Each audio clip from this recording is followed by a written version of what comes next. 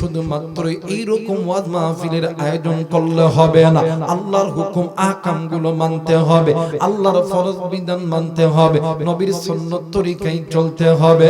কারণ যখন তুমি যুবক নবীর সুন্নাত তরিকায় চলবা না, আল্লাহর ফরজ বিধান যখন তুমি অমান্য করবা, এটাই হয়ে যাবে গুনাহ। আর এই গুনাহ তোমাকে আল্লাহর জাহান্নামে নিয়ে যাবে। ভাই গো, আল্লাহর বান্দা হাসান বসরি রহমাতুল্লাহ আলাইহির জামানার ভিতরে একজন মহিলা মা একদিন রাত্রি বেলা ঘুমের মধ্যে স্বপ্নে দেখে কলিজার টুকরা সন্তান কেমন জানি মা মা কইরা ডাকে, আর ডাক দি কই মা গো, ও মা, এই কবরের আযাব আমার আর সহ্য হয় না গো মা। এরা মুসলমান মা জননী ঘুম থেকে উঠিয়া ঘরের ভিতর থেকে একটা লোটা বাদমানি বদলা লইয়া চলে গেছেন কূপের পাড়েতে। কূপের পাড়ে যাইয়া ওই কূপের মধ্যে থাইকা বাদানে আমার পানি উঠাইয়া সন্তানের কবরের মধ্যে ডালতেছে, আর ডাক দিয়ে কই এলাকাবাসী, এই কবরের ভিতরে আমার সন্তান জাহান্নামের আগুনে জ্বলতেছে। আরে বন্ধু আমার মেয়েরা, আমার বাবাজিরা রে, এলাকার হাজার হাজার মানুষগুলো রাত্রি বেলা ঘুম থেকে জেগে উঠেছে। ভাইজান একজন আরেকজনের ডাক দিয়ে কই বাইরে, এই কবরে তো কোনো আগুন না, এই জায়গার ভিতরে এই বৃদ্ধ মহিলা কেমনে করে পানি ঢালতেছে? ভাই গো, এইবারে কিছু মুরব্বীরা ডাক দিয়ে কইব, তুমি তো এই জায়গার মধ্যে পানি ঢালতেছো, এই জায়গার মধ্যে তো কোনো আগুন নাই। মহিলা মা ডাক দিয়ে কই, বাবা গো, তোমরা দেখতেছো এই জায়গায় কোনো আগুন নাই, কিন্তু আমি মা দেখেছি আমার সন্তানের কবরের মধ্যে আগুন জ্বলে। এইবারে মহিলা মা ওই রাত্রি বেলা 12 থেকে 13 কিলোমিটার রাস্তা পায়ে হেঁটে হেঁটে তদানীন্তন সময় সবচেয়ে বড় আলেম আল্লাহর বান্দা হাসান বসরি রহমাতুল্লাহ আলাইহির বাড়িতে গেছে।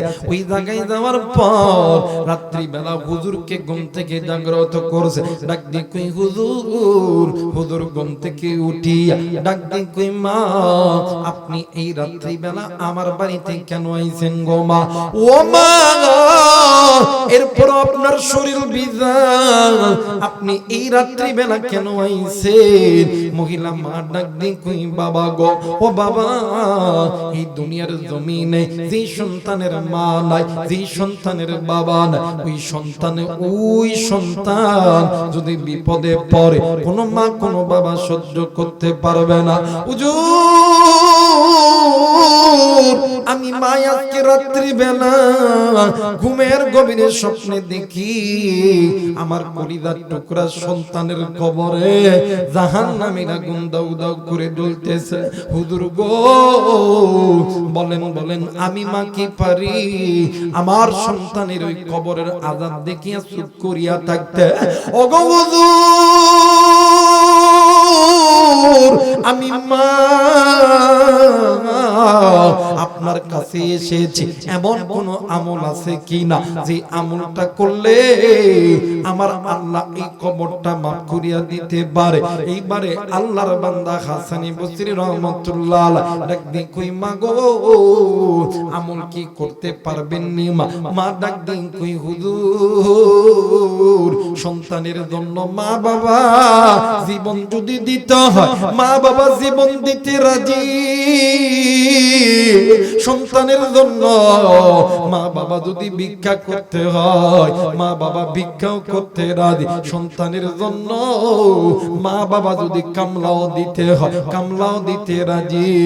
কিন্তু আমি মা জিন্দা থাকতে আমার সন্তানকে জাহান্নামে জ্বালাইতে রাজি নয়। একটু আওয়াজ করে বলেন নাউজুবিল্লাহ। হুজুর ডাক দিয়ে কই, হুজুর,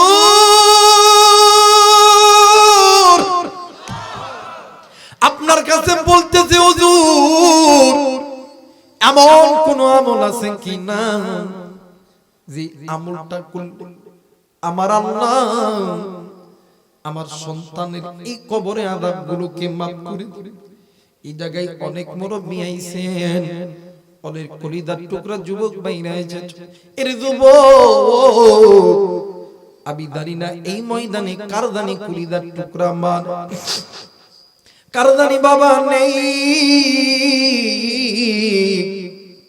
কে গো বন্ধু ইতিম এই দুনিয়ার জমিনে মাদার নাই রে বাপজার নাই রে এর মতন ইতিম এর মতন অসার কেউ নাই রে বন্ধু মাদার জিন্দায় আছে বাপজার জিন্দায় আছে এর চাইতে সুখী আর কেউ নাই রে বাবা বাইরে এই তো আমার হাতে একটা মোবাইল ফোন দেখা যায় এই ফোনের মাধ্যমে এই বিশ্বের যতগুলো দেশ আছে সমস্ত দেশের খবর নিমিষের মধ্যে এই জায়গা থেকে পাওয়া যায় কিন্তু জানি না রে কার বাড়ির কাছে মায়ের কবর কার বাড়ির ঘরের পিছনে বাবার কবর ওই কবরের খবর তোমার আমার কাছে নেই আজকে জান্নাতের বাগানে আসার সময় কার মা জানি ডাক দিয়ে কই ব্যাটারি এরে কলিজার টুকরা বেটি আমি মা এই কবরে জাহান্নামের আগুন সহ্য করতে পারি না আমি বাবা এই কবরে সাপ বিচ্ছুর দংশন সহ্য করতে পারি না সন্ধ্যে বেটা শোন আজকে এলাকার ভিতরে মুসাফির ওলামায়ে কেরামরা এসেছে আমি কবরে এসে শুনছি মুসাফিররা দোয়া করলে আল্লাহ দোয়া কবুল করে আরে বেটা আজকে তুই বাড়িতে কেমনে ঘুমাইলি আজকে কোন দুনিয়া তোরে আমি বাবার কাছ থেকে দূরে রাখলো মা ডাক দিয়ে কই বেটারে আজ কোন দুনিয়ার মায়ায় পড়িয়া আমি মায়ের মোহাব্বত তোর অন্তর থেকে কে কারা নিল ওঠরে বেটাই ওঠ মুসাফিরদের সামনে দাইয়া আমি মায়ের জন্য দোয়া কর আমি বাবার জন্য দোয়া কর আরে বেটা আমি মা তোর জন্য কিনা করি নাই আমি বাবা তোর জন্য কিনা করি না সুদকে সুদ বলিয়া গণ্য করি না হারামকে হারাম বলিয়া গণ্য করি না আরে বেটা আজকে আমি মায়ের কবরে জাহান্নামের আগুন জ্বলে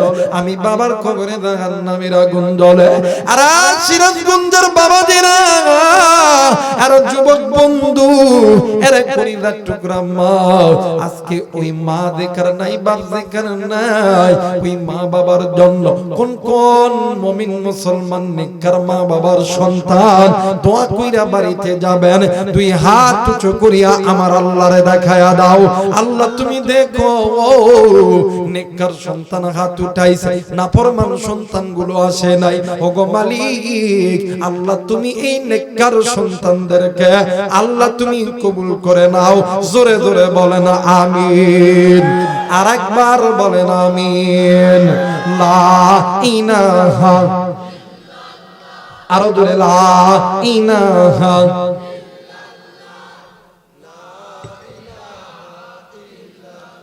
মোহাম্মত লা ইলাহা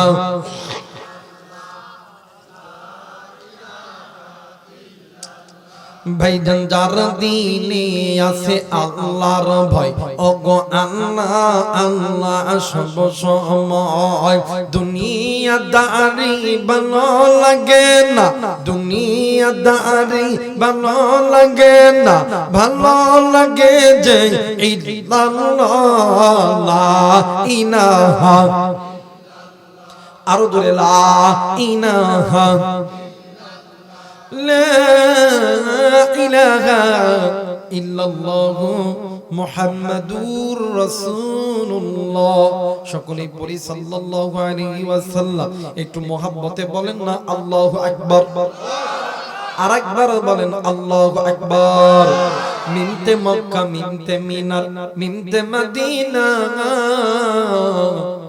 মুসলমান সেই মিমের মাকে চিনি না কথা কন আরে মিমতে মক্কা মিমতে মিনার মিমতে মদিনা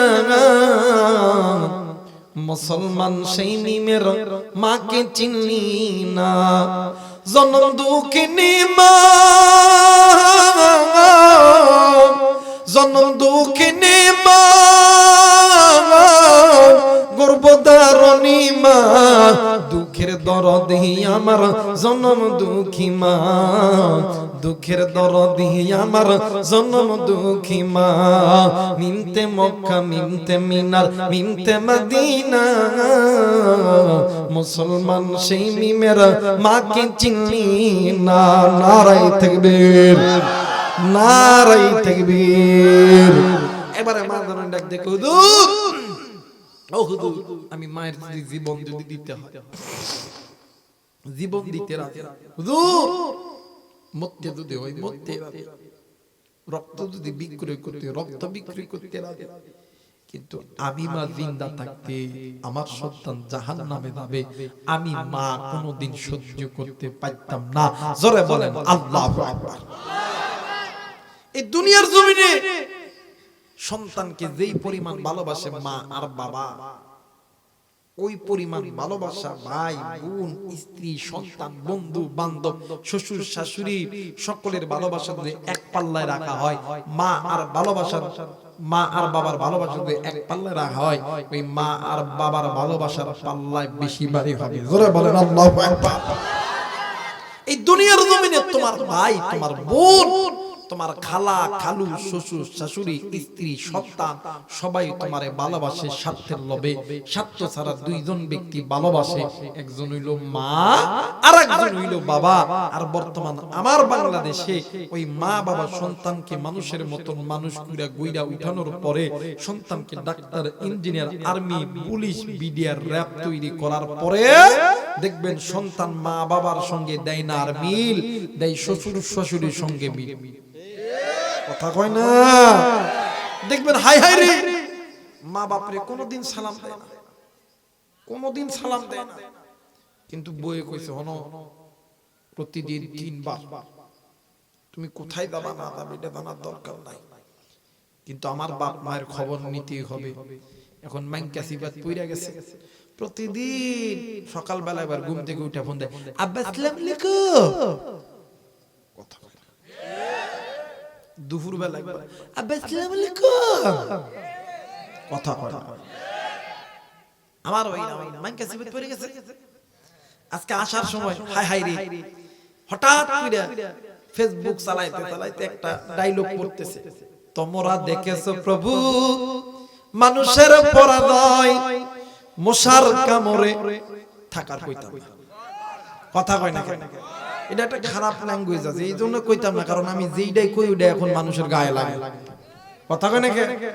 এই তো কয়েকদিন আগে আমাদের নওগাঁর আঞ্চলিক ভাষা হইতেছে তুই হামি, কে রে তুই কোনটা যাচ্ছু, তুই কি করিচ্ছু। প্রত্যেকটা জেলায় একটা আঞ্চলিক ভাষা আছে না বাজার, কথা আছে না, আছে না? আমার এলাকায় আমি সচরাচর সহজে মাহফিল নিই না। কিছুদিন আগে একটা মাহফিল নিয়েছিলাম, মাইক ওয়ালার সাথে একটা গ্যাঞ্জাম হইছে। মাইক যে মাইক্রোফোনটা দিছে এই তারটা জোড়া এখানে রাখছে, এই যে মাইক্রোফোনের সামনের এইটা এমন মোর্চা ধরা ধরছে, লোহা যেমন দীর্ঘদিন মাটিতে পড়ে থাকলে কালো কুচ্ছিত হয় না, একদম পাতিলের কালির মতন কালো কুচ্ছিত হয়ে গেছে। পুরো মাঠে কোনো মাইক নাই। তো ছোট ভাই অনেক ছোট, মানে আমার বয়সে অনেক ছোট, 14-15 বছর বয়স, ও মাইক চালাইতেছে। আমি ওরে ইয়ার কি করে কইছি, মানে হাসতেছে, কইছে 20 মিনিটের মধ্যে মাইক ঠিক করবি তুই। এই তুই শব্দটা ইউজ করছিস, এটা কিন্তু আমাদের নওগাঁর আঞ্চলিক ভাষা। কসম আল্লাহ আমি রাগ করে কথা কই না, হাসতে হাসতে কথা কইছি। এই ওয়াজ কোন এক মিডিয়া কারি টিভি ছাড়ছে, এই ফেসবুকের এই আমার বন্ধুগুলা,